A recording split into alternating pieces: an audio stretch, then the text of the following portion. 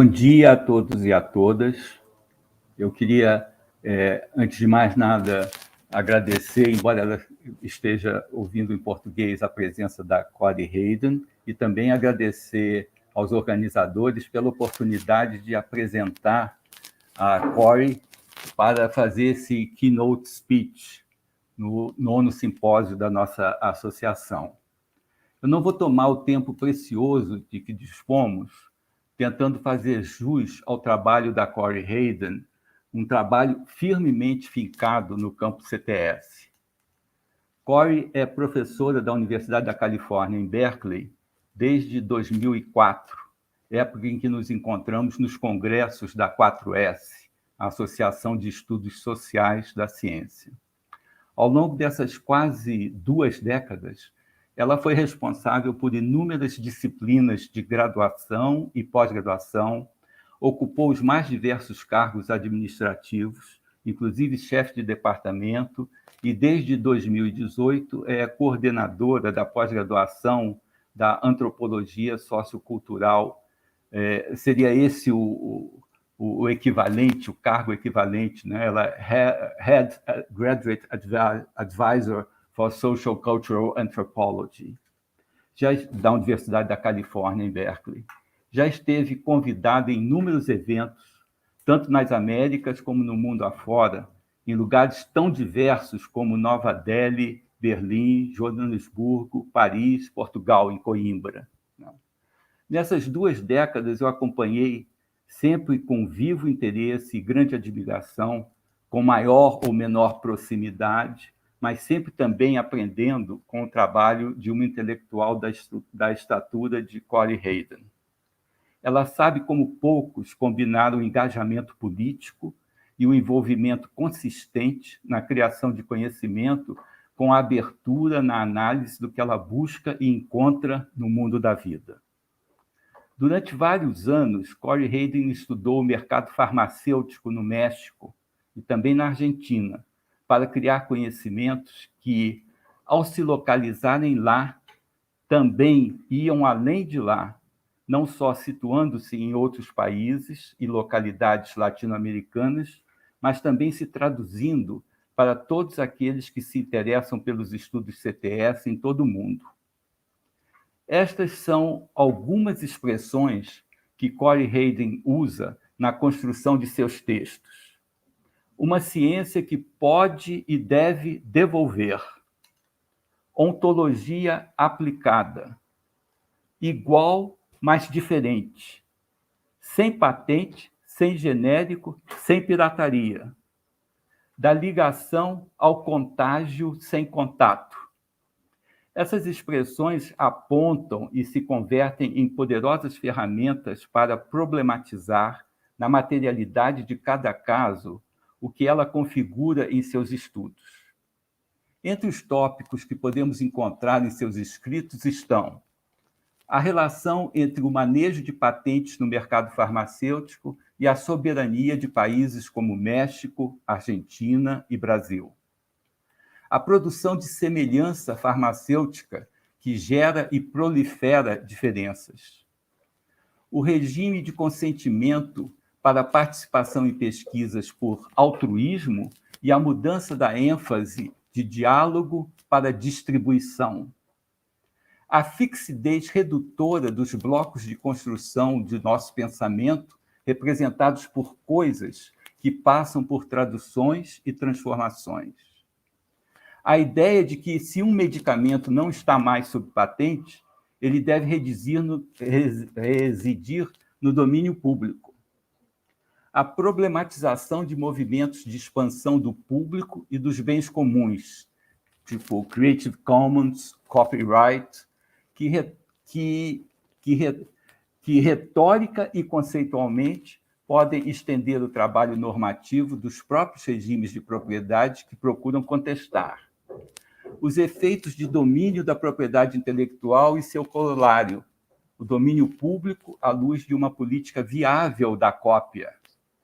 A problematização do entendimento da população em um sentido biológico, trazendo agregados organizados não biologicamente, mas química e farmaceuticamente.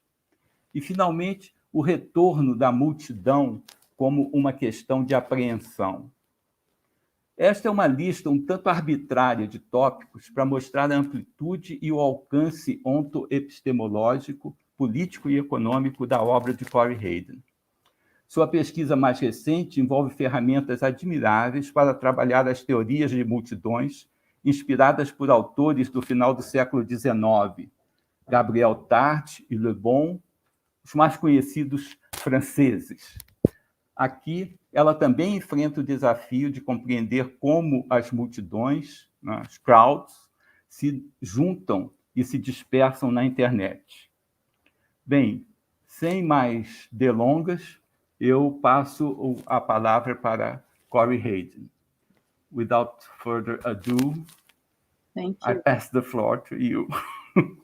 Thank you so much, Ivan, for that extraordinary introduction. I do hope I can live up to that in this talk.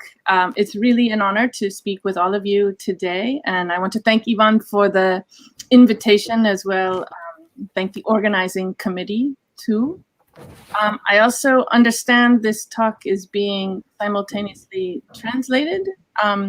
And so I want to thank those who are doing that extraordinary labor and all of you for allowing me to deliver this talk in English.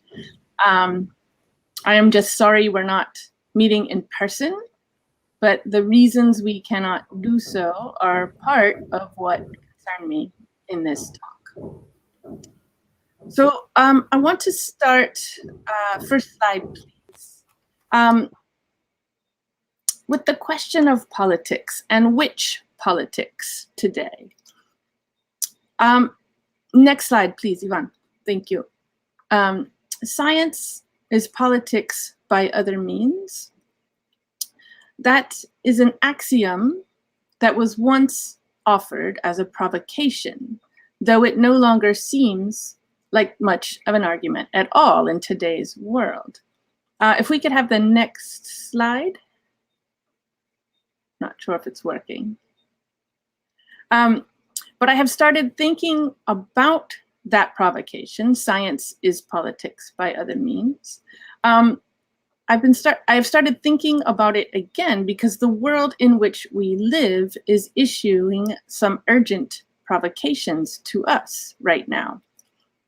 What is politics for STS in this moment of societal transformation, to invoke the theme of your conference? What theoretical resources do we have to grapple with the place of science and technology within the emboldened resurgence of racist authoritarianism and nationalism, of ongoing climate catastrophe, of the forms of dispossession that are its precipitating conditions? In this talk, I'm going to suggest that we think with the crowd and with a body of work called crowd theory.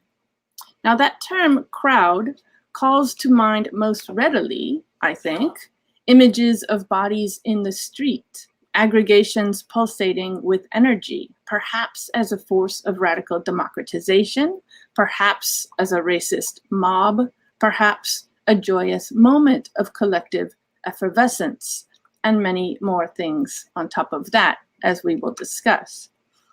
And crowd theory, next slide, in turn refers to a body of work dedicated to the task of understanding the distinctive and elusive nature of crowds. What constitutes the precipitate for crowd formations? How to characterize their unusual potency? Now, I include in this body of work the late 19th century writings of Gustave Le Bon. Could we have the next slide, please? And Gabriel Tarde in France. I can say his name neither in French nor in Portuguese. So the writings of Le Bon and Tarde in France, the early work of Sigmund Freud, and after World War II, Elias Canetti's remarkable book, Crowds and Power, and many more works on top of that. Now, this is a weird body of European theory. It is not one coherent body of work, but rather a series of efforts, often with radically different politics, trying to understand what Le Bon infamously described as the terrifying potency of this new and poorly understood social formation, new in 1895. It was a pressing question for him. He was a member of what we could easily call the reactionary elite, confronting the long aftermath of the French Revolution and the rise of the urban working classes in late 19th century France.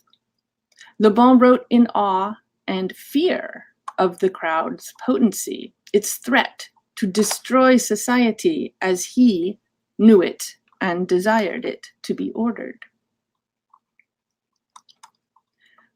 Freud and Canetti, in turn,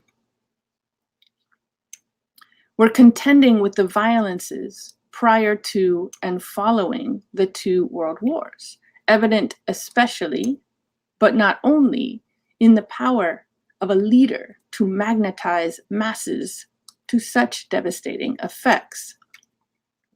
So they were asking, what can account for the unique power of crowds on those who find themselves swept up in them? What sutures a crowd together? What are crowds in fact made of? Now, their answers constituted an arguably anti-liberal sensibility for talking about the composition of persons, social formations, and power. In fact, crowd theory was, as Christian Borch has recently noted, banished from the halls of respectable social science for the latter half of the 20th century. It was something of an embarrassment. But precisely because it works as an undercurrent to liberal social theory, as a counter story to rationalistic 20th century social science, I think crowd theory gives STS today some important resources to think with. A heterodox, weird archive of theory and method. I think it is a fitting source of interdisciplinarity for these times.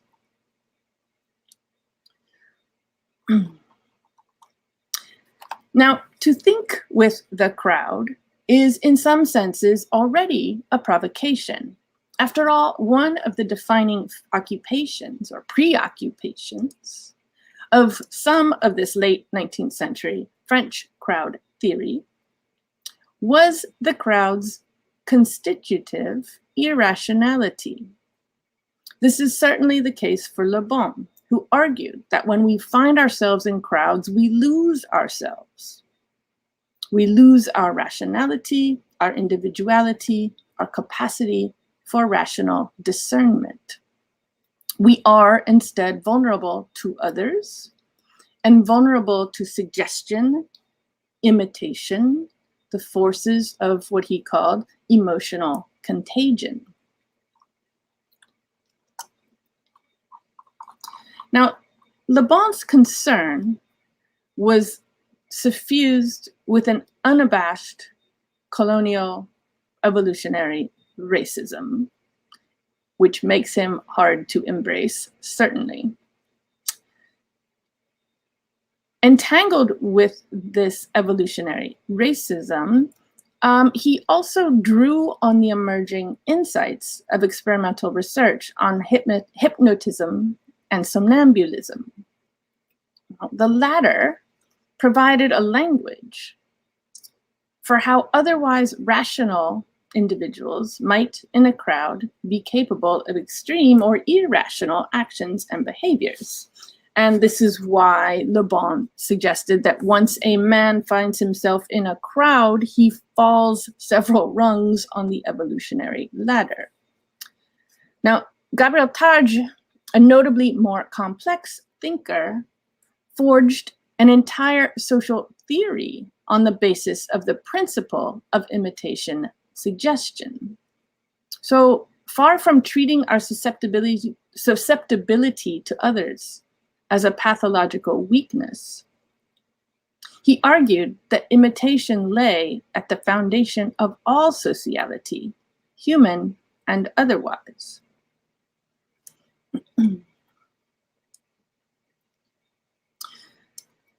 Small wonder, perhaps, that contemporary sociologist Christian Borch has called early crowd theory anti-liberal. Next slide, please. He means this in an epistemological sense, with its commitments to imitation, suggestion, and in Le Bon's case, contagion. Crowd theory dissolves the sovereign, rational individual. It doesn't hold, the individual doesn't hold as a unit of analysis, much less as the building block of society. Crowd theory is thus explicitly de-individuating. Crowd theory is also anti-liberal and epistemologically odd, though perhaps not for science studies scholars, in the ways that its crowds seem not simply human. Crowd theory, for Targe, for example, humans are not the only complex entities in the world or even in the universe through which what he calls imitation rays traveling through the ether bring about resemblances. Molecules vibrate in imitation of each other, just as actions imitate actions, gestures imitate gestures. Elias Canetti, writing in a very different idiom in the mid-20th century, evoked crowds as something that could be almost alien, hungry. Open crowds, he wrote, want to feed on anything shaped like a human being. I find that arresting. There is also something politically anti-liberal, even illiberal, about crowd theory in some of its forms, given its direct, very explicit proximity or embrace of racism, fascism, the very idea of the manipulated masses at the heart of authoritarianism. And it's worth noting that Le Bon's work was read appreciatively by Mussolini. So this literature has long seemed politically contaminated, if not epistemologically contaminated, by contagious association with the very phenomena it described. Now, given the world we live in right now, it's perhaps not surprising that crowd theory is marking its return in social theory at large, including, for example, in literature on populism. So Ernesto Laclau has placed crowd theory at the very center of what he calls populist reason. Crowd theory has certainly snuck into some versions of science studies, STS, via the exuberant rediscovery of Gabriel Tarde over the last 10 years, whom Bruno Latour has declared the true father of actor network theory. And importantly for us today, crowd theory's signature preoccupations are alive in many of our objects of inquiry right now. So I think they give us an intriguing vocabulary for addressing what we might have called, in another moment, the co-constitution of science, technology, and politics.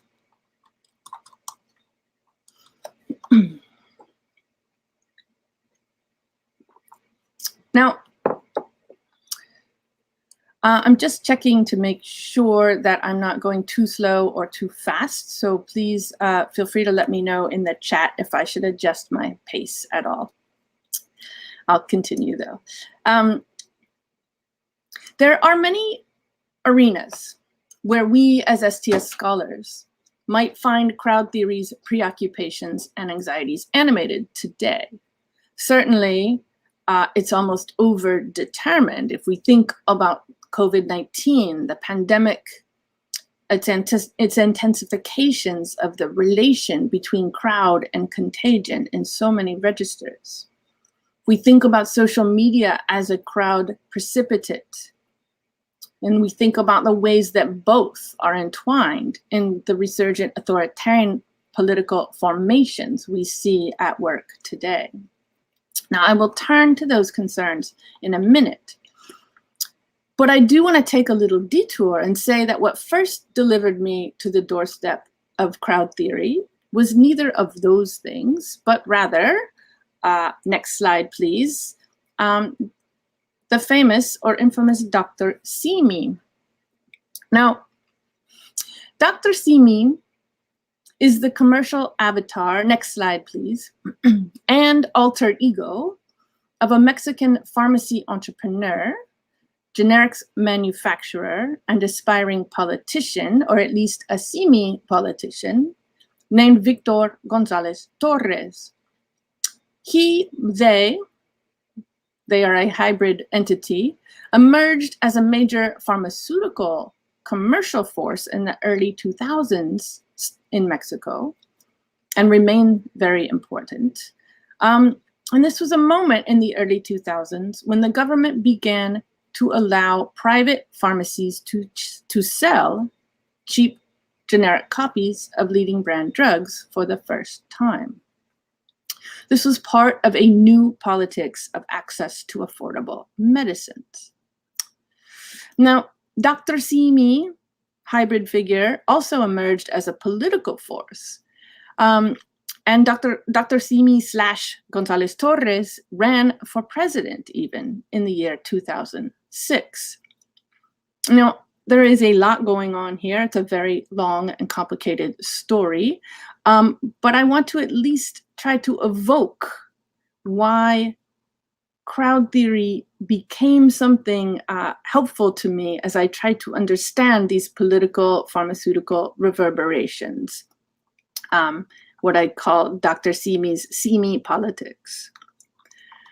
Now, one of the things that led me to reading Gabriel Tarj, for example, was just trying to come to terms with the imitations, contagions, and the potency of similarity that was so alive in Mexico's generics market, which was literally crowded with copies, with kinds of copies. So this market was defined from the start by its confusingly different equivalencies and similarities. Next slide, please. Produced both in federal regulations and in commercial vernaculars. There's a whole universe to be discussed here. I won't go into it now, but federal regulations from the start recognized two kinds of generics based on two kinds of equivalents. And then on top of all of that, Dr. Simi had such a charismatic presence that the generic drugs he sold in his own pharmacies became known as similares, even though, unlike in Brazil, similares was not a regulatory category. Now, all of this proliferation of kind in turn became a potent site of imitation and contagion in the commercial sphere. Next slide, including many copies of Simi's name, aesthetics, slogan, and kind. So none of these are the real Dr. Simi's pharmacies. These are knockoffs or copies. On the left in Mexico City Metro, somebody claiming to sell drugs, la misma sustancia pero más barato, as a play on Dr. Simi's lo mismo pero más barato. You have on the top right pharmacies selling similares and genéricos. Down below, you have one of Dr. Simi's biggest competitors, Dr. Ahorro, selling drugs that are equal but more economic, es igual pero más económico. And these kinds of iterations just continued to spin out, much to the chagrin of Dr. Simi, who claimed that everyone was copying him. But it wasn't just generic drugs and pharmacies that became such potent sites of repetition with a difference. Dr. Simi was also copying and competing with the state. His cheap primary care clinics set up alongside pharmacies, the farmacias del Dr. Simi, became for many people a real alternative to public health sector services, especially for those who actually had access to those. That itself is a bigger part of the story. But my point is this: he went about amassing his market by appealing to potential consumers as if they were a political constituency, and indeed a populist political constituency. So, for example, he invoked the heyday of import substitution industrialization with an early marketing slogan that went like this: defend your domestic economy. At the same time, he attacked the Mexican Institute for Social Security, IMSS, for its corruption and its failure to provide health to the people who most need it. Next slide, please. He established ASIMI social assistance programs. He established a short-lived health insurance program called the Simi Seguro. In 2005, next slide, please, he amassed his crowds both in protest against IMSS and in support of his own bid for president in 2006. Now, as I said, there's a lot to say about all of this, but let me just point to the ways that crowd theory gave me a palette, a vocabulary to work with here, a language with which to imagine in new ways how the phrase "a politics of the copy" comes alive in this semi-populist project. That is, the politics of the copy is not just a politics about copied drugs, but one in which these dynamics of imitation, contagion, copying sort of reverberate at both the sort of pharmaceutical level and the political, and as a political modality. And one way I've come to think about it is in relation to our larger conversations about, for example, the right to health, as in Brazil, the implications of public versus private provision of health. And in those conversations, we often talk about how turning to the market has the effect of atomizing us. We are no longer citizens, supposedly, but individualized consumers. Now, Dr. Simi helped me see how markets, for example, in copied drugs, don't just atomize us. The market can also crowd us, gather us into larger political formations, sutured together in the name of the similar itself. Now, the route from Dr. Simi to the crowd, or from the crowd to Dr. Simi, might sound a little twisted, at least in this too brief telling. I'm happy to talk about it more if we have time later. But let me turn now to a domain that presents us with maybe the opposite problem, and that is the domain of social media and its almost overwhelming resonance with the defining preoccupations of crowd theory. Next slide, please.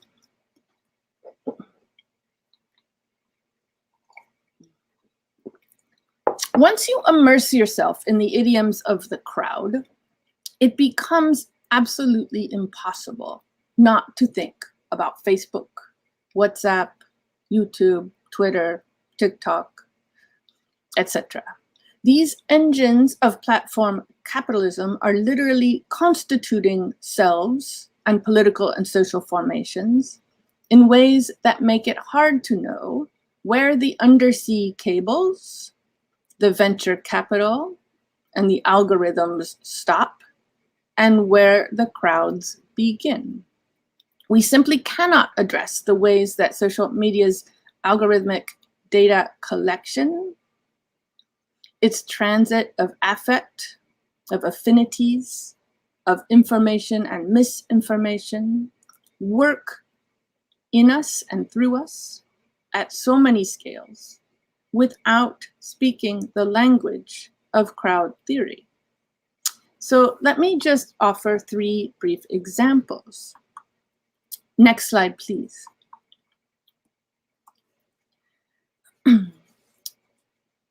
What are crowds made of? I noted above that in much of this older crowd theory, the sociality of the crowd is not simply human. STS scholars' work on algorithmic life and data formations has amply illustrated how individuals are constantly being disassembled and reassembled as data or as digital traces within what Gabriel Taj would call similarity spaces. And this is in fact what programmers call the universes of relations that they are creating, as Nick Sieber has argued. Now, it's not just that the individual, bounded, rational, easily identifiable does not hold steady online. There's something more heterogeneous at work here. I'm thinking, as always, of Elias Canetti's stunning description of crowds that I mentioned above as hungry, expansive, slightly otherworldly, feeding on anything that looks human. Now, we know that Facebook, Twitter, and other platforms have become highly effective suggestionizing machines, and suggestionizing is Le Bon's term. And they've done so precisely through forms of data generation that feed on that which looks like a human. We could think of bots, of markets in Twitter followers, of click farms, of fake accounts that might be automated or might be human-made, of machine learning. For all of their digital mediation, social media's crowds are not fully new in this sense. Crowd theory seems to have prepared us for the ways that this crowded sociality is something more than human. Next slide, please. Suggestion. Now, one of the most important things about the crowds of crowd theory, certainly for someone like Gustave Le Bon, is that sheer number does not make a crowd. Rather, in his work and many others, that of many others, it's only when the forces of imitation, suggestion, or contagion take hold that any particular aggregation becomes a crowd. The kind of micro-targeting used in advertising, electoral campaigning, hate spewing, shows us how crowding is a process of suggestionizing, of gathering heterogeneous elements into algorithmic similarity. Now, why does this matter? One of the ongoing criticisms of Facebook and Twitter, among other platforms, has justifiably, I think, been that it makes our worlds so small, inducing a kind of narcissism from selfies to self-tracking, shrinking news and information horizons into self-reinforcing bubbles, and otherwise radically disconnecting us, to invoke the title of a recent book by Shiva Vaidyanathan. But crowd theory draws our attention to the crowding at work in precisely those forms of atomization. If we take Taj seriously, atoms, individuals, cells, and selves are already crowds. Monads, in fact, that only become more complex the smaller you go. So what crowds us, even in such moments of atomization, is our embeddedness in algorithmic universes of suggestion and likeness. This is certainly a question of scale. Big data enables ever more forms of such relation building, but it is never only a question of scale. I'm thinking of it this way. Perhaps we can say that a micro-targeting electoral campaign, as with Cambridge Analytica's secretive partnerships with Facebook, might only target a few people in a 3 square kilometer radius, but it crowds precisely because of the forms of similarity through which data points, ideas, suggestions are brought into relation with each other. Next slide, please.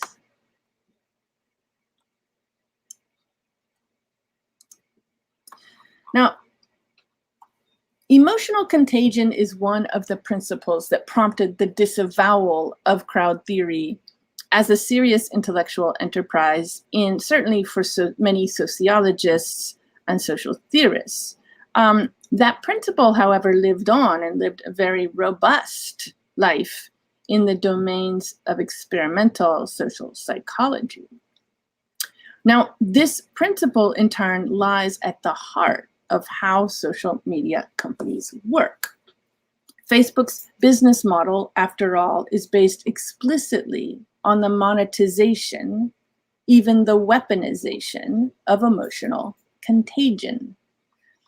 The platform, as with so many of its counterparts, sells attention and thus advertising by multiplying clicks and shares, which in turn multiply more rapidly the more intense the emotional affect involved. I don't need to be telling you all this. We all are living this right now in various terrifying ways. Now, in fact, Facebook user behavior has routinely been used as a ready-made experimental field for psychologists studying precisely how emotional contagion works in practice. Such studies are a 21st century version, an experimentalization of concerns articulated fully 100 years ago about the capacity of new media, such as, at the time, the telegraph, to incite the fearsome prospect of contagion without contact. Contagion without contact. It was the phrase of Edward Ross, a sociologist who was writing in 1908. Now, contagion without contact was fearsome in large part because emotional contagion presumably does not work in politically or affectively neutral ways. In other words, some things seem to travel much more readily than others. Now, as crucial as social media platforms are to organizing dissent and resistance to many of the things we've been hovering around here, social media platforms are also, and perhaps fundamentally, especially good at fomenting what scholars of hate speech and platform capitalism characterize as violent antagonisms, misinformation, irrationality. In fact, journalists are trained to treat violent antagonisms as themselves inherently contagious. Data sociologist Whitney Phillips writes of these business models that, next slide please, things traveling too far, too fast, with too much emotional urgency is exactly the point. Thanks. Things traveling too far, too fast, with too much emotional urgency is exactly the scenario that worried late 19th century crowd theorists, that early 20th century social scientists experimentalized, and that monetized data requires and enables. Now, the dynamic relation between a contagious destructive urgency and a business model that feeds on exactly such urgency is one of the most important and increasingly contested problems with Facebook today. That is an understated way to say that. It is also precisely the problem named by Le Bon's concern with crowds as uniquely irrational mediums, magnetized by the force of imitation suggestion. So my point is this: the concerns that have long accompanied and haunted crowd theory are at the very center of current struggles over social media's pernicious and even illiberal effects. Crowds have been a source and site of anxious concern, not just about emotional contagion, but about the accompanying dissolution of society itself, and of pressing questions about the mediums through which often destructive energetic forces travel, often with what seems to be lightning speed, defying efforts to regulate or to fact check, which seem very inadequate idioms in light of the way misinformation and social media's affective economy work so seamlessly together. Now, with all of this resonance, perhaps social media should have been called crowd media the whole time, because the imagination of sociality on which these companies bank is indeed the crowd. Now, what do we make of these resonances? In a paper that serves as a companion to this talk, I ask what we should do with crowd theory. Particularly, what do we do with something like the work of Gustave Le Bon? How to hold him at the right distance while noting how his vision of the world is being reanimated over and over again. Teaching Le Bon's work to my undergraduate students not too long ago showed me just how delicate that task is, as many of my students found Le Bon to be simply and fantastically useful. So they read him, and then they eagerly went about yelling about the irrational masses who are destroying society as we know it. They meant at the time white supremacists on the march in Charlottesville, Virginia, in the US, as in that image on the right. Of course, I have to confess, I did not fully disagree with them politically at a certain level, but such a deployment of Le Bon was not exactly my pedagogical goal. That miscue reminded me how hard it is to articulate this idea that crowd theory is not outside the phenomena that we are living, nor is it explanatory or predictive. In all of its many anti-liberalisms, I see it rather as an uncomfortable and powerful persistence. Now, there are so many other realms where this resonance feels concentrated today.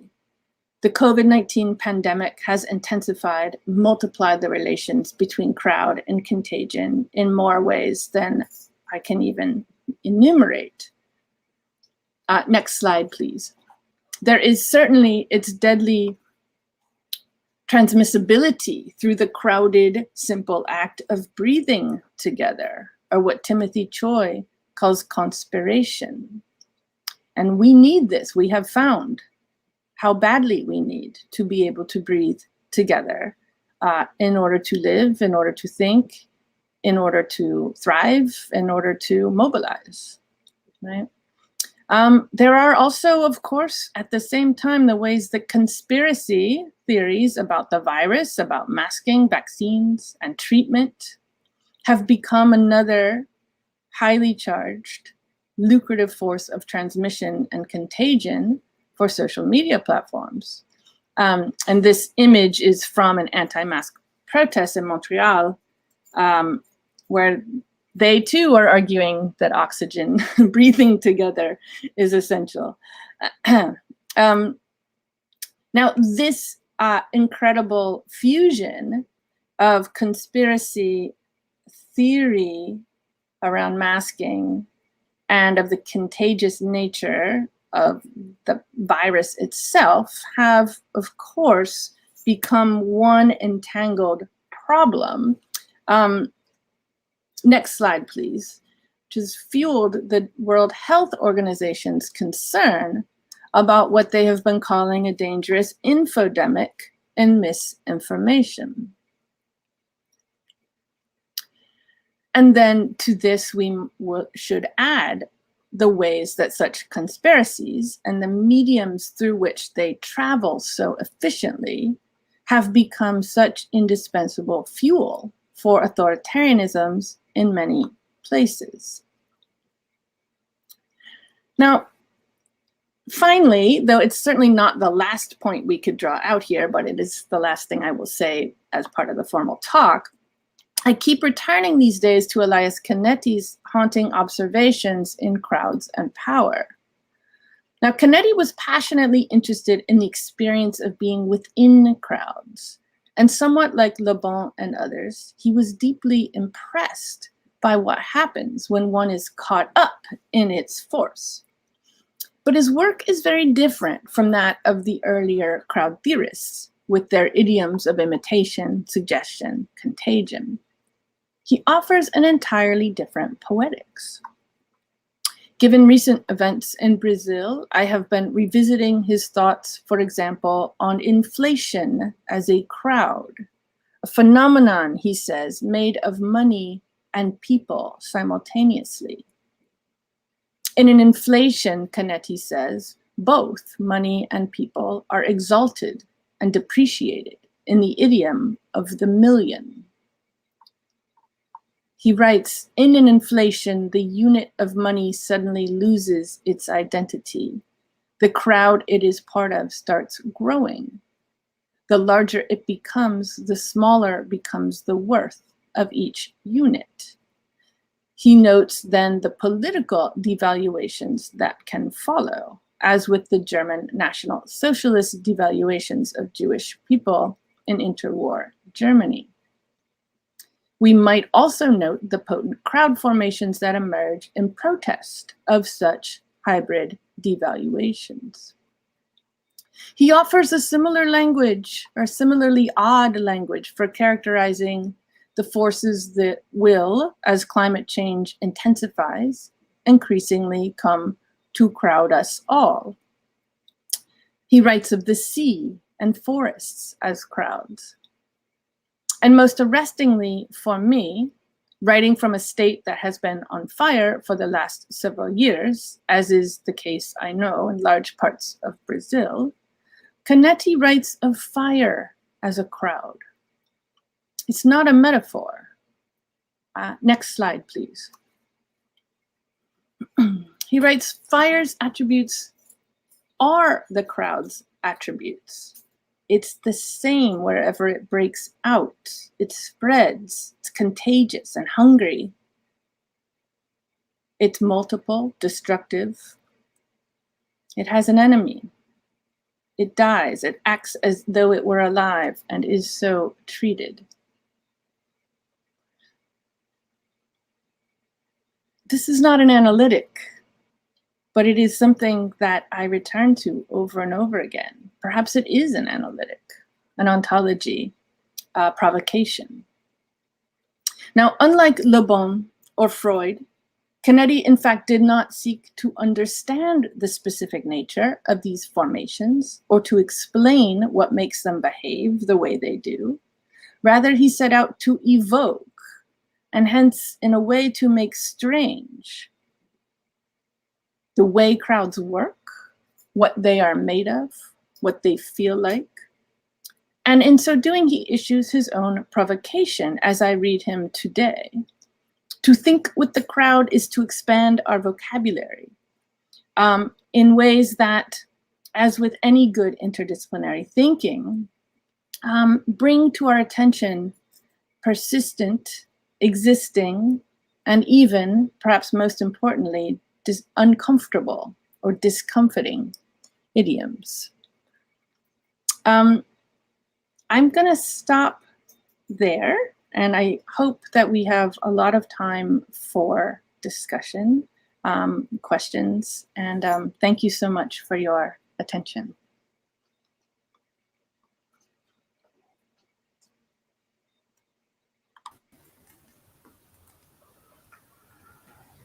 Thanks so much for this remarkable, indeed fantastic, so well researched, useful, thoughtful I don't know what else talk. Thank you. We do have time for questions, and they were supposed to come through the YouTube channel. Sure.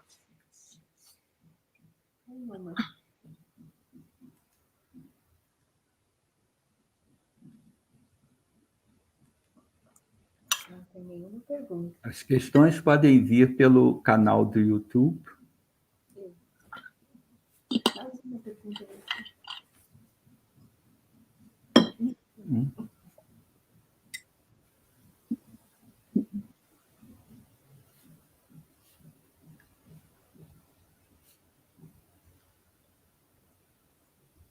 I am aware that I've given you a weird talk that may not readily generate questions. Yeah, well, we can give some time for it's very provocative.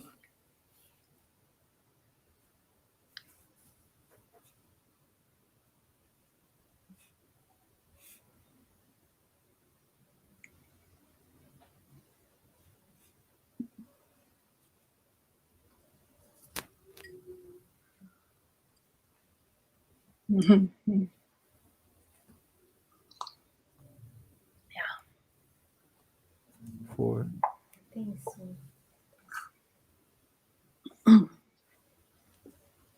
I have one question here. If you think that the emotions that are generated in networks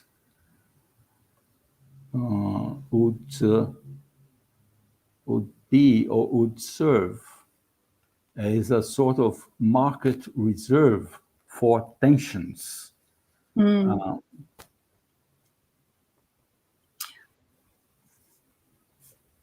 A market reserve for tension or attention? For tensions, I think. Yeah, tensions. I mean, I think the question refers to a certain ability to manipulate emotions, and since emotions become contagion, and but there are people who are actually manipulating that through algorithms. Yeah. And so you have a shift of I'm adding to the question now. You have a shift of power from maybe from the state to private agents, such as these big companies. You know, they are able to know in advance, maybe more than the states, about the crowds and how they start and how they die.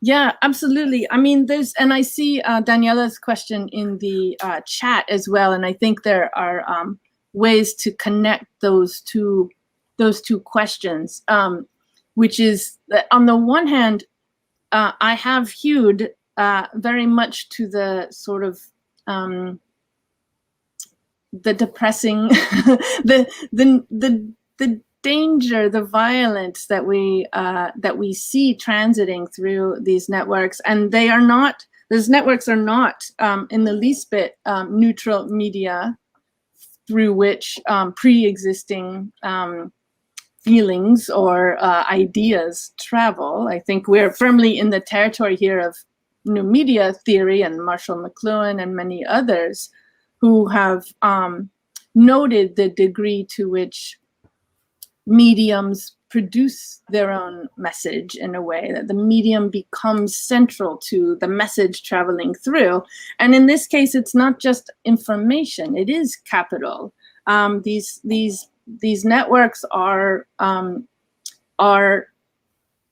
certainly in the United States, in the business model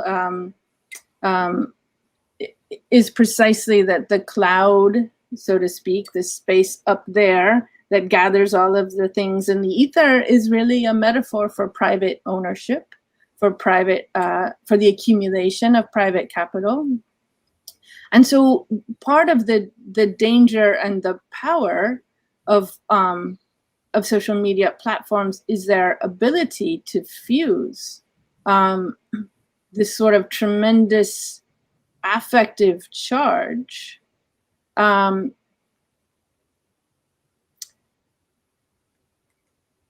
as a means of accumulating more capital, right? And that they know that this is how this works. Now, this is not new to social media, obviously, and tabloid news figured this out. Advertising, the sciences of advertising post-World War II were very much built on this exact principle. And so there is certainly something very storied about social media platforms' ability to bring these two things together with the force that they do. And so that's also why I find the earlier crowd theory work interesting. Like Le Bon certainly saw the crowd as a purely psychological formation, but Gabriel Targe and others, noted the degrees to which, for example, consumer markets are crowd formations of the highest order. The work of Sigmund Freud was used as the basis for Edward Bernays' invention of the field of advertising after World War II, to turn all the force that you saw aggregated in wartime, the way the masses were manipulated by leaders, both democratic and fascist, frankly, and to Edward Bernays, who was Freud's nephew, sort of understood that there was something here that could be turned into a way to dominate society in peacetime, if not in war, and that was to create consumer desires and to manipulate people to want things they don't really need, etc. So there's a history here of a very explicit awareness of the possibilities for manipulation and how to capitalize on that. I think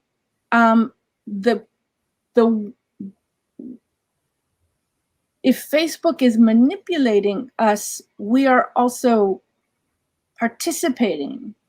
And that's what's so powerful about this. And the algorithm itself seems to be the secret sauce here. And there's conversations in Congress in the United States right now. Once again, these conversations keep coming up, but it seems more powerful now to regulate the algorithm. And so that becomes an interesting sort of pressure point for thinking about where we are, where the state is, where this affect is, who is responsible for which part of that mess, with enormous amounts of capital running through the entire thing. So I think, anyway, I'm just sort of making more of a mess, but yeah. Yeah, that connects to Daniela's questions. She asks what kind of positive powers can be or may be identified, starting from this approach. Yeah. Well, I know, and I apologize for being such a cynic about it all. I started thinking about all of this precisely in a moment of certain kind of effervescence around. It was the moment of the Arab Spring. I mean, I started thinking about this a long time ago, right? The Arab Spring, the rise of Podemos in Spain. I'm thinking about the feminist debt movement in Argentina is so strong right now. These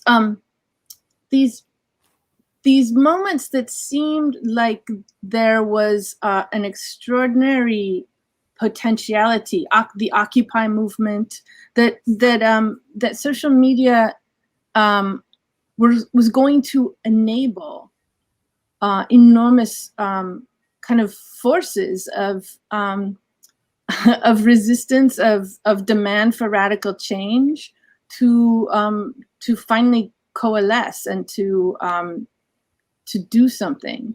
And it was sort of the rapidity with which that sense of possibility of radicalization in the left sense dissipated so quickly, and we're now in the world that we're in.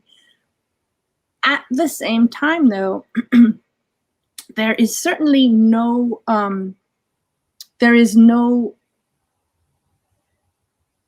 I find it hard to imagine ways to resist, to gather masses in the street without certain kinds of technologized platforms, whether it's Signal, whether it's WhatsApp owned by Facebook.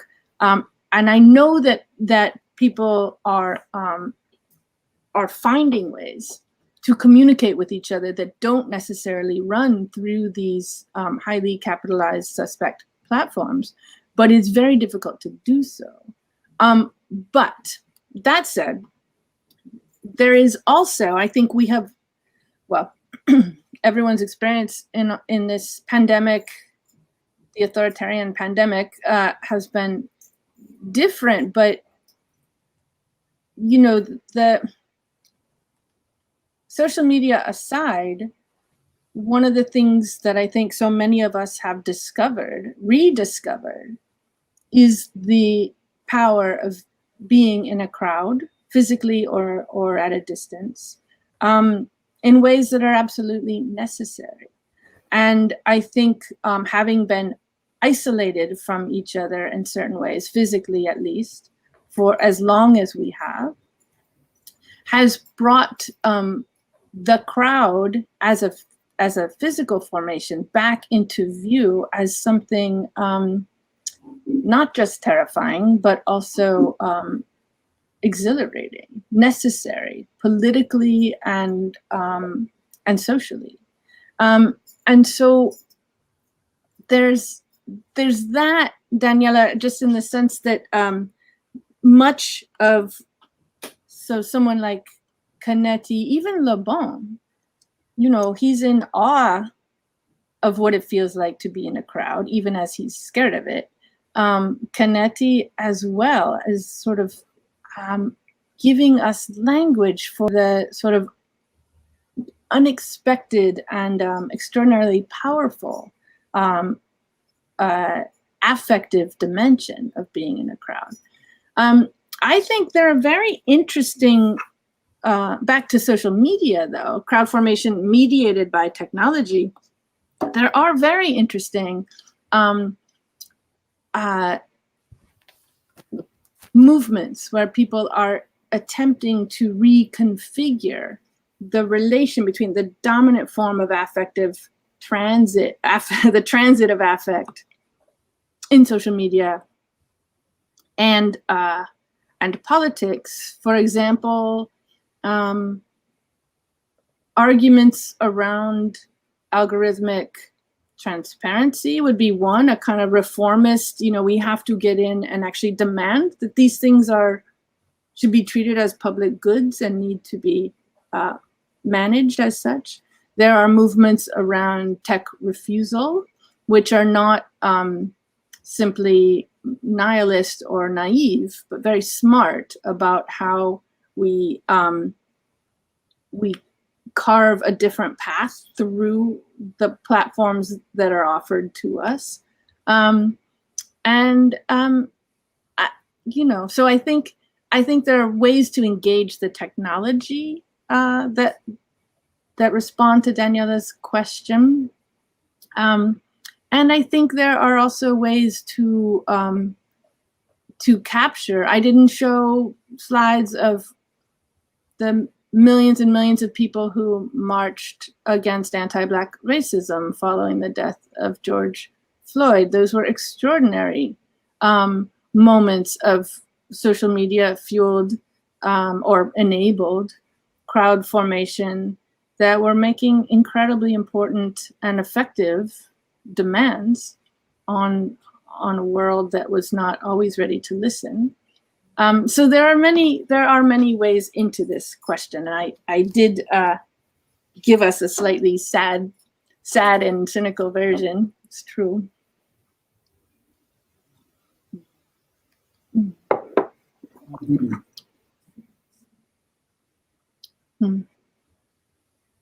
I cannot see any more questions. I see some in the, oh, sorry.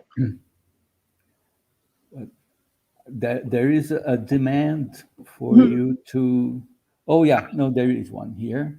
Can we use crowd theory to begin to counter the apparently technologically deterministic view of echo chambers, crowds on social media? And another one came here right now about the dynamics of cause effects in trying to explain crowd actions. Do you think that crowds, rather than being mere effects, are a place of production of new causes? They must be understood in place through a kind of specialized reading of crowds in action. Oh, I would like to hear Dr. Kuckerman's thoughts on that, actually. That's fascinating. Well, let me think about both of those questions. So using crowd theory to begin to counter a technologically deterministic view of echo chambers. Yes, I think,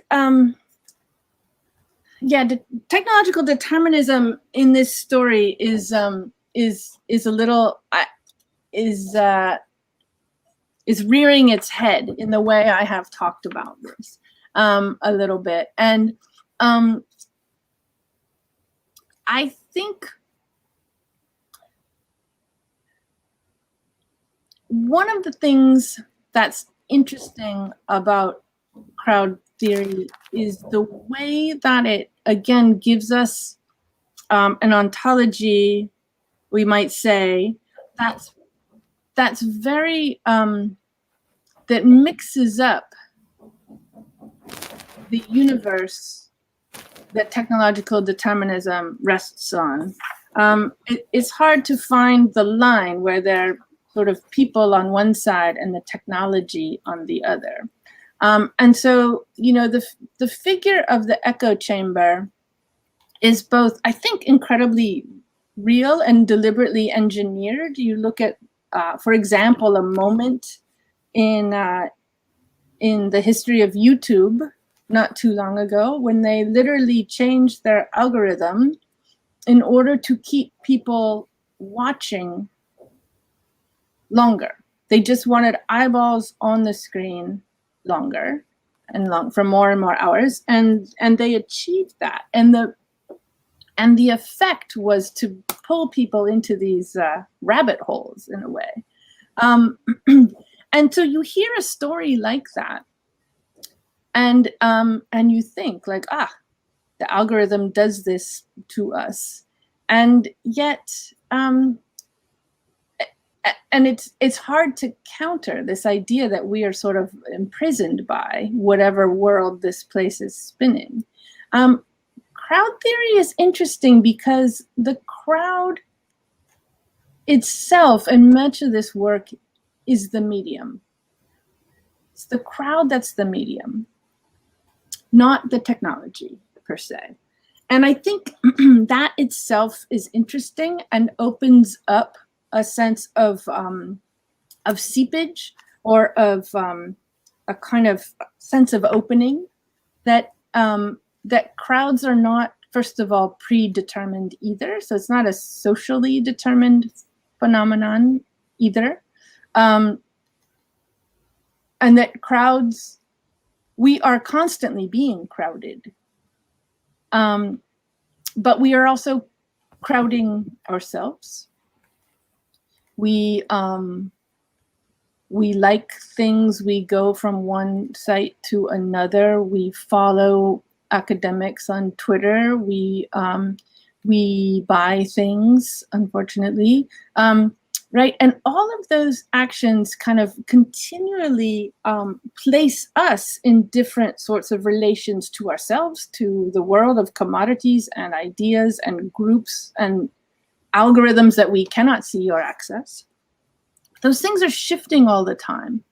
And so I think there's something in crowd theory's underdeterminacy. In other words, this idea that crowds are fleeting, as with Kennedy and the fire, like it flares up, it dies, it's treated as if it's alive, and it's sort of quick moving in a way. And there's something that I think we can draw from that in terms of thinking about our own relationship to the webs of similarity that we ourselves are creating and that we are drawn into. I don't know if that answers the question. I'm thinking aloud, and I apologize if that is just more confusing. But the question of cause effect in trying to explain crowds are really that's very fascinating. And that's where I think, you know, it's funny because even if you look at some of that earlier work, Le Bon, Targe, there's a certain point where they cannot explain cause and effect. And Le Bon himself, I don't know why I give him so much space. I really shouldn't, but he is quite interesting in all of the. Anyway, he says that at a certain point, we can't understand this. We can characterize what happens, but we can't say why. And our best bet, he says, as someone terrified by working class crowds and their demands, he says the best we can do is try to understand so as to not be too much ruled by them, right? Like a sort of space of anxious resignation. But I don't think that crowds are mere effects. I don't think crowds are mere effects of the technology. And I think we're back in this sort of space of technological determinism. I think what's fascinating to me is the extraordinary synergy between the way crowds have been understood as mediums, as incredibly powerful mediums that can produce democracy out of authoritarianism and the reverse. The way that we talk about crowds and the way that social media work are so incredibly in sync with each other, including in its underdetermination. Pardon me. So one of the other interesting conversations around crowds is the question of ideology, right? What does the crowd want? And you're like, well, there's no one crowd that wants one thing. And so there's this way, I think, to the question of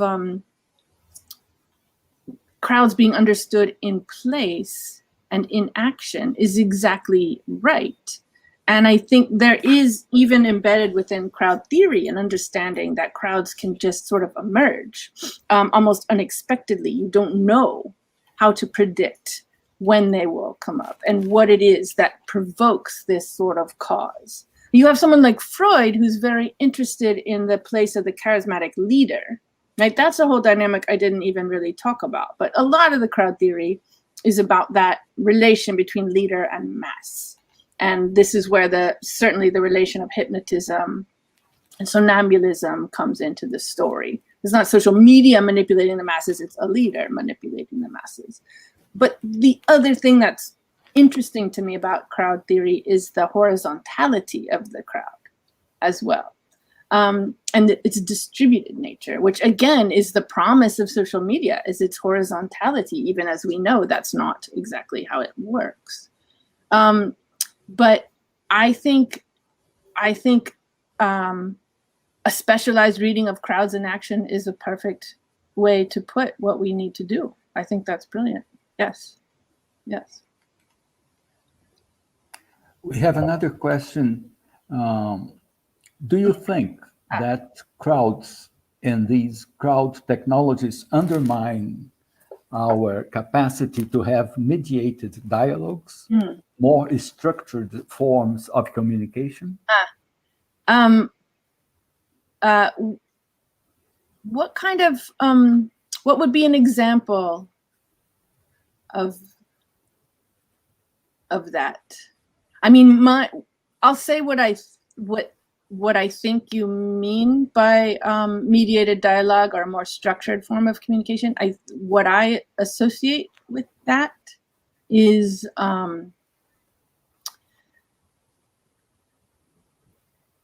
the question of a more unified public sphere of the newspaper or two that everyone is reading, the news source that everyone is, a majority of, say, a country, to go to Benedict Anderson's understanding of how newspapers work, to unite a national public.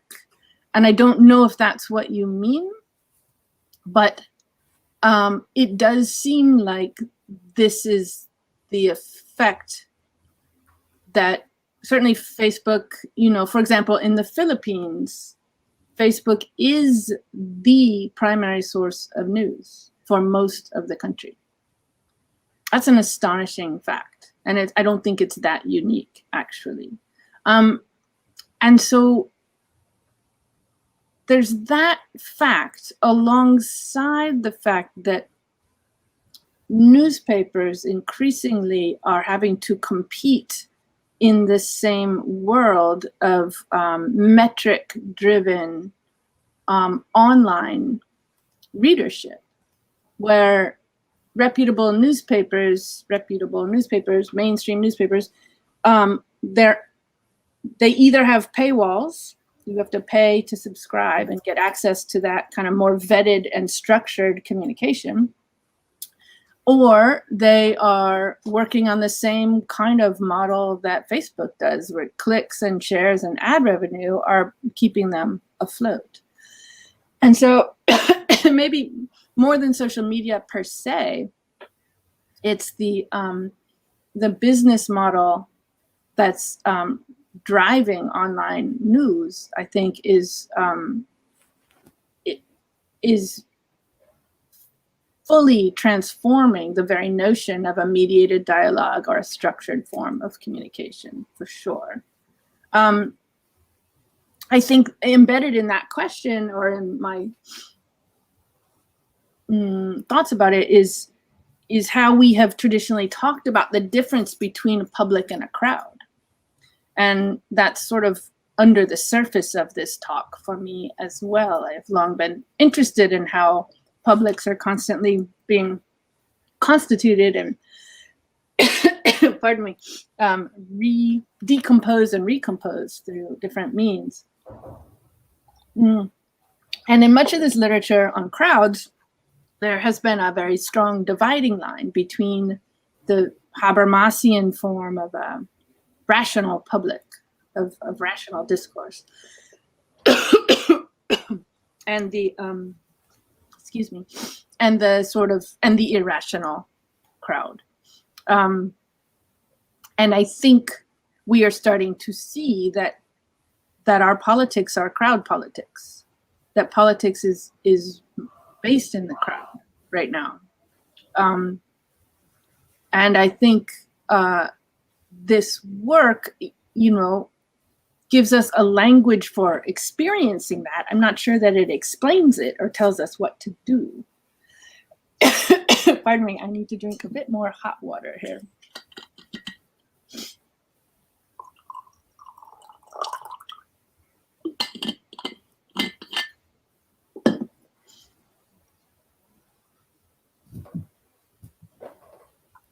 I saw a question earlier in the chat about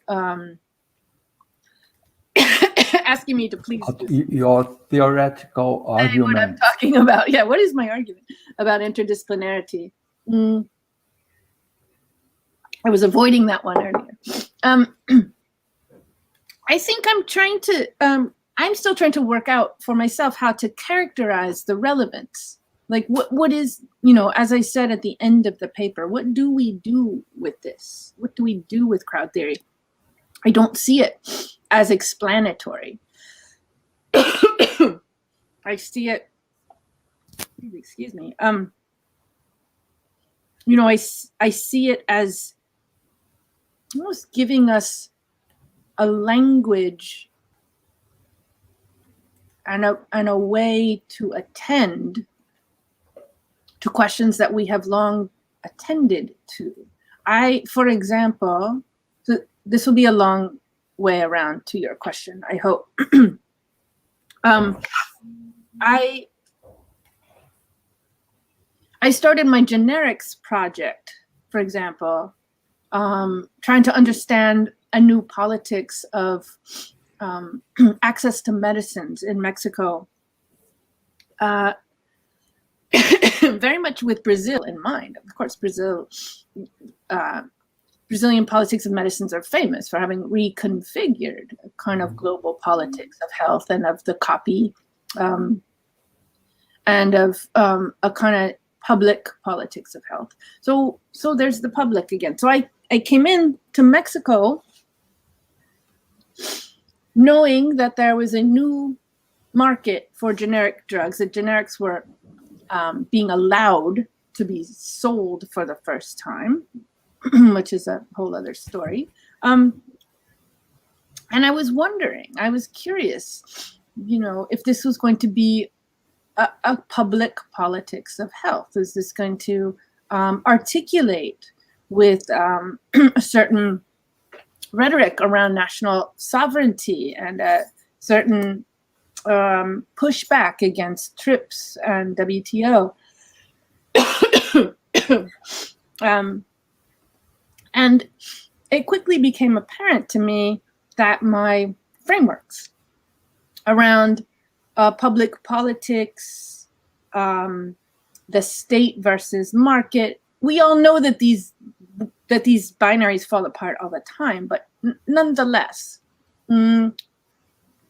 that my assumptions about where generic medicines as drugs that circulate in the public domain might intervene in access politics in Mexico. I started to understand that language was not adequate to what was happening at all. And I started to see Dr. Simi then as a, you know, on the one hand, you could say, well, once again, here's a private actor making incursions into the domain of the state, right? Providing medicines for people where the state should be doing so, doing so as a market actor. And yet what he was doing was pretending to be the state, was saying the state owes medicine to the poorest. This is what López Obrador is saying right now. The state owes medicine and healthcare to the poor.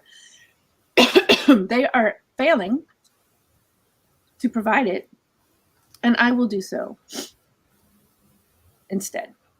And I will do so not as a market actor, but as a semi-state actor. He set up an entire simulation of state infrastructure. It was almost laughable. I mean, you could see the cartoonish nature of it was sort of part of the point, I think, but it was incredibly explicit. And in the middle of all that,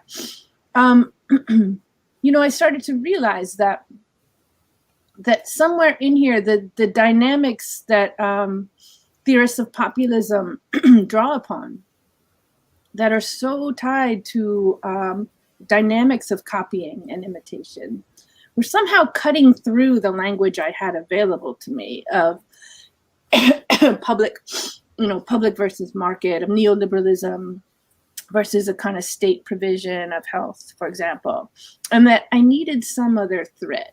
So that is one tiny way to show you methodologically how I started thinking with the crowd. That's one thing.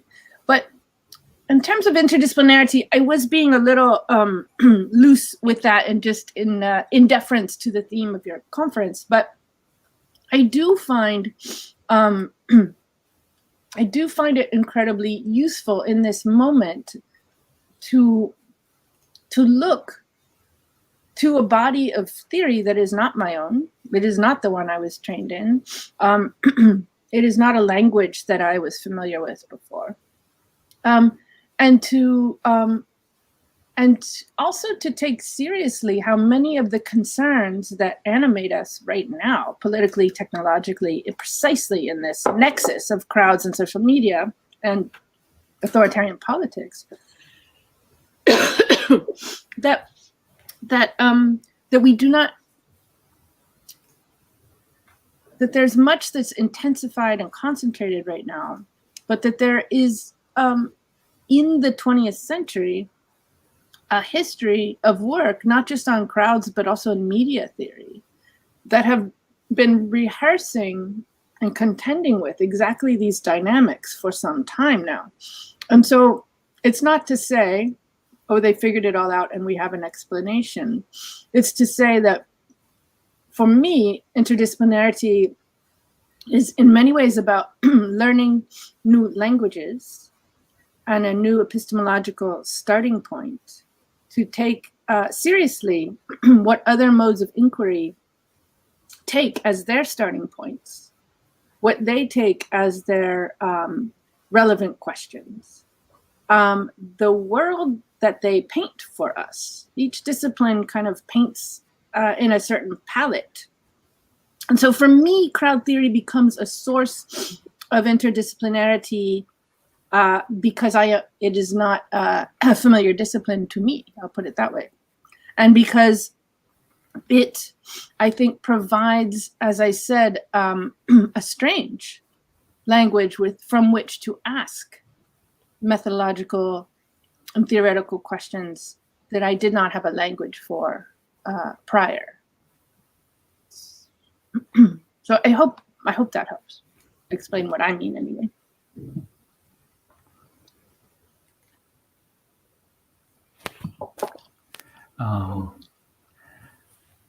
We have been now for talking for about 90 minutes, and I'm sorry I see you're suffering with your throat and voice, and I know you have you have a class in a few minutes from now, half an hour from now. Yeah. And I think I don't know. I think there is still some questions, or one question: how can we use crowd theory to begin to counter the? Oh no, that's already. There's one at the end of the chat. Crowd theory as a path to understand how narratives are turned into action. Yes. When someone with social capital says something, it can influence an entire crowd. Yeah. If it's not an abuse, and let's take that as the last it's one. Not an abuse. I just got something caught in my throat. It's fine. I just I'm sorry that you're hearing me cough. It's not the most fun thing for you. Yes, how narratives are turned into action. When someone with social capital says something, it can influence an entire crowd.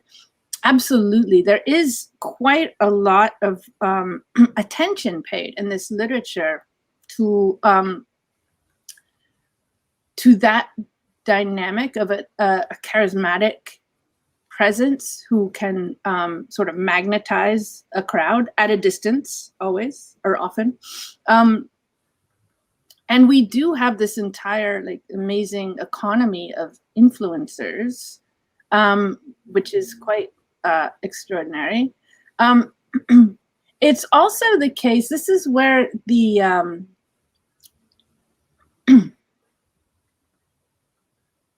this sort of, I would say, evolutionary or colonial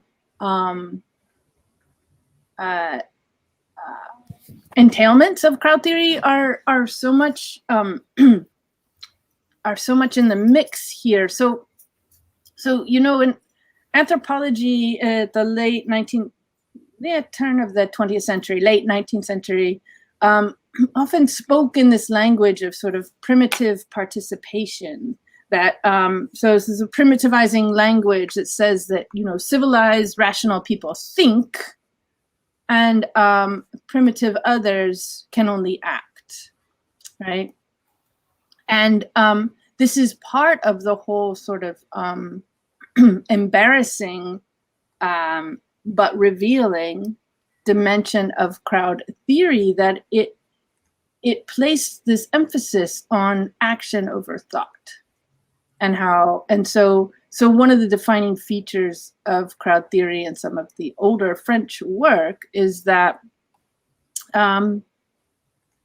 you don't have time to think, and you don't think. A narrative just becomes action, right? The distance between an idea coming to you and your action is nil, right? And there is embedded in that story an entire evolutionary and colonial framework about who thinks and who merely acts, or who merely mirrors an action back or does what they're told. So again, I think what I find uncomfortable, and I mention this with my students, you know, how am I not to tell them not to use, how am I to say to them, don't use Le Bon? I've just given you this person to read, now don't use it uncritically, right? But then we see things like the dynamic that this questioner has just raised, and you say, well, why am I not allowing them to use Le Bon to talk about this? Because he actually says exactly this. And so for me, the methodological question, to go back to that prior question, is one that's very fraught, because and this is why I talk about crowd theory as a discomforting or an uncomfortable persistence. It speaks languages we're not supposed to speak anymore. I will never get up in front of my class and say the irrational masses are doing whatever thing. I don't think that way. I won't say that. I would not teach that way. But this is a world that crowd theory was swimming in, at least a certain version of it, and that keeps coming up for us, presenting itself to us almost explicitly. For example, in the idea of an influencer, it's as if we acknowledge that we are all completely ready to be influenced, and that some people should make a lot of money by their ability to influence us. So there's something about almost the literalization of these observations that are a little distasteful, or that give capital L liberal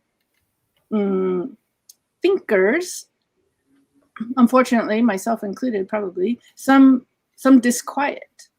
And I think that's why it's hard for me to say what the methodological move is, because it's one of figuring out at what distance and how close do I hold this work in a world that is speaking it directly to us. Yeah. So, Corey, thank you so much. Oh, thank you. And you have said very important things, and I want you to get some rest No, before your class. I'm gonna go tell my students to read Le Bon and don't use him. No, thank you so much, and thank you all for your brilliant questions. This is really a wonderful discussion, and I very much appreciate the engagement. It's been fantastic for me, so as well. Thank you. Thank you very much. In the name of ESOCITE BR, Yes, got it. Well, I hope the conference goes very well. I wish you all a very good rest of your conference. Yeah, it's going very well. And we'll talk later. Okay. I know you have a class. Okay, all right. Thank you. Bye-bye then. Thank you again. Thanks, everyone. Bye.